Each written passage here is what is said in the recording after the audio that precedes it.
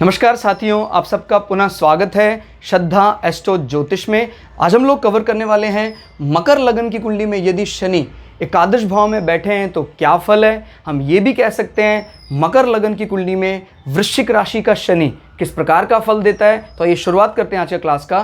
प्रथम भाव या लग्न से गिनते हैं एंटी क्लॉकवाइज तो ये आता है एकादश भाव, 11वां भाव। फिलहाल यहाँ बैठे हैं वृश्चिक राशि के शनि। 11वां भाव क्या बताता है दोस्तों? 11वां भाव करता है हमारी इच्छा पूर्ति की। जो भी हमारी इच्छाएं हैं वो कैसे पूरी होंगी 11वें भाव से देखा जाता है। पूरी होंगी की भी या नहीं होंगी वो 11वें भाव से देखा जाता है। हमारे लाभ की बात भी 11वें भाव से होती है। अब देखिए वृश्चिक राशि का शनि बैठा हुआ है। वैसे हमारे दिमाग में एक बात है कि काल पुरुष की कुंडली में ये अष्टम भाव में बैठती है, 8वीं राशि, जहाँ शनि बली हो जाते हैं, कारकत्व का सपोर्ट मिल जाता है और यहाँ पर शनि कुछ गुप्त कलाओं में आदमी को माहिर कर देते हैं। वो अलग बात है, जीवन में कष्टों का बड़ा रहता है, लेकिन कष्टों से एक प्रकार से व्यक्ति को प्रेम हो जाता है, ऐसा रूप यहाँ दिखाई देता है। लेकिन यहाँ पर बड़े भाई बड़ी बहन उनको कष्ट दे सकता है शनि। और लेकिन एक ये जरूर विचार करना है, अगर शनि मंगल के साथ परिवर्तन राजयोग बना लेता है देन इट एक्सेलेंट, क्योंकि शनि लग्नेश होकर लग्न का स्वामी भी है, द्वितीय भाव का स्वामी भी है। मंगल यहाँ पर एकादश भाव का स्वामी भी है और चतुर्थ भाव का स्वामी भी है। तो जब कभी 11वें और दूसरे भाव के स्वामी एक दूसरे के साथ संबंध बनाए, प्रथम और चतुर्थ भाव के स्वामी एक दूसरे का संबंध बनाए, तो ये राजयोग बना, ये धन योग बना। आपका पहला भाव, दूसरा भाव, चौथा भाव, 11वां भाव फुल हो गया। और क्या चाहिए इंसान को? तो आप सोच रहे होगे सर क्या इस कंडीशन में बड़े भाई बड़ी बहन का जो ये फेज है वो नहीं आएगा? ध्यान रखिए, अगर ये बात विपरीत राजयोग से नॉट विपरीत राजयोग, ये बात अगर परिवर्तन राजयोग से बनती है तो जीवन में कुछ समय तो ये बात झेलनी ही पड़ती है, या कहें ये बात होती है कि बड़े भाई के साथ इसके संबंध शुरुआत में अच्छे नहीं होंगे। लेकिन अगर लग्नेश और मंगल का परिवर्तन योग बन जाता है तो फिर आपको परेशान या यहाँ भी बैठ जाते हैं, दोनों के बीच में बड़ी डिशुम है।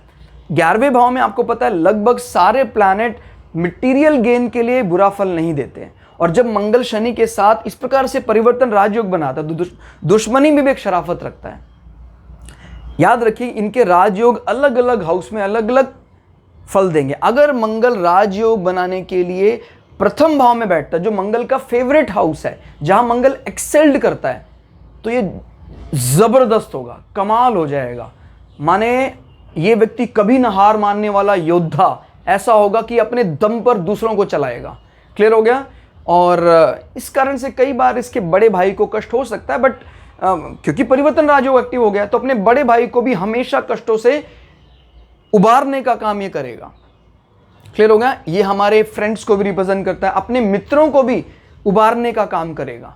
क्लियर हो गया? और जब परिवर्तन योग लग जाता है तो हम ये मानते हैं कि शनि मंगल की तरह बर्ताव कर रहा है, मंगल शनि की तरह बर्ताव कर रहा है। अगर ऐसा होता है आपके डिफरेंट इनकम सोर्सेज बनेंगे, आय के साधन बहुत ज़्यादा बन जाएंगे। ऐसे व्यक्ति को शनि मतलब आपका एजेंडा क्या है ये और ये, आपके एसेट्स को खुद ही आदमी बढ़ाता है। देखिए परिवर्तन योग बन रहा है, फिर तो देखिए मंगल की तरह ट्रीट करना है इसको, यानी ज़्यादा बॉदर नहीं करना, अपने आप ही इनकम सोर्सेज जनरेट हो जाएंगे। आदमी अपनी इनकम के लिए किसी पे डिपेंड नहीं करता, अपने आप से ही इनकम सोर्सेज जनरेट करता है। बहुत ही ज़्यादा डोमिनेटिंग पर्सनालिटी होते हैं ऐसे लोग, अगर मंगल और शनि परिवर्तन राजयोग में एक्टिव हो जाते हैं। क्लियर हो गया? और अगर मान लो नहीं भी होते हैं देन शनि अकेला यहाँ बैठकर भी मटेरियल गेन में कोई कोर कसर नहीं छोड़ेगा। यहाँ बैठकर सिर्फ आपके बड़े भाई बड़ी बहन और मित्रों को दूर कर सकता है। शरीर के अंग की बात करें तो घुटनों का निचला हिस्से में कोई परेशानी आ सकती है। शनि की दशा अंतर्दशा में थोड़ा सावधान रहने की जरूरत है। लेकिन पता नहीं कि उसके पास ना एक अजीब सा, इस राशि के लिए क्या बोलते हैं आप उसको, शब्द आता है कशिश। शनि इसको एक्सप्लोर करना चाहता है क्योंकि ये हाइड करके रखता है। हाँ ये बात भी तय है, ये जो मकर लग्न होते हैं इनके इनकम सोर्सेज के बारे में ज़्यादा लोगों को पता नहीं होता है। इतने इनकम सोर्सेस कहाँ से बन रहे हैं जीवन में, ये लोग इस चीज़ को पूरी तरह हाइड करने में कामयाब हो जाते हैं। क्लियर। अब शनि धन दृष्टि बात कर 1 2 3 शनि यहाँ बैठकर आपके पर्सनालिटी को बढ़ा रहे हैं, और अगर इसमें परिवर्तन राजयोग बन रहा है तो फिर तो मंगल यहाँ बैठे, शनि यहाँ, इसी प्रकार से मानना है। क्लियर होगा।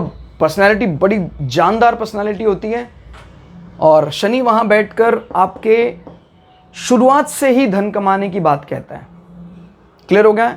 नज़रबार ऐसे लोग अपनी पढ़ाई में तो खर्च करते ही हैं पैसा खुद का कमाया हुआ, ये लोग चैरिटी पे भी लगाते हैं, एजुकेशन चैरिटी भी करते हैं। जब आय भाव में बैठकर शनि जो लग्नेश है पंचम भाव में देखता है, ये लोग विद्या लक्ष्मी की कामना से दूसरे बालकों के एजुकेशन में भी चैरिटी करते हैं। बहुत अच्छा है, आपके भाग्य को बढ़ाने वाला है। 7 8 9 10 शनि यहाँ बैठकर अष्टम भाव जो हालांकि के कारकत्व में माने जाते हैं, ठीक है, कष्टों के बाद जीवन में एक अजीब प्रकार का कष्ट रहता है जीवन में, अकल्ट को जानने का बड़ा मन करता है। सूर्य अगर मजबूत अवस्था में है तो फिर इसकी दृष्टि का जो नेगेटिव इम्पैक्ट है, क्योंकि शुष्क राशि है, शनि को पसंद नहीं है, वो खत्म हो जाएगा।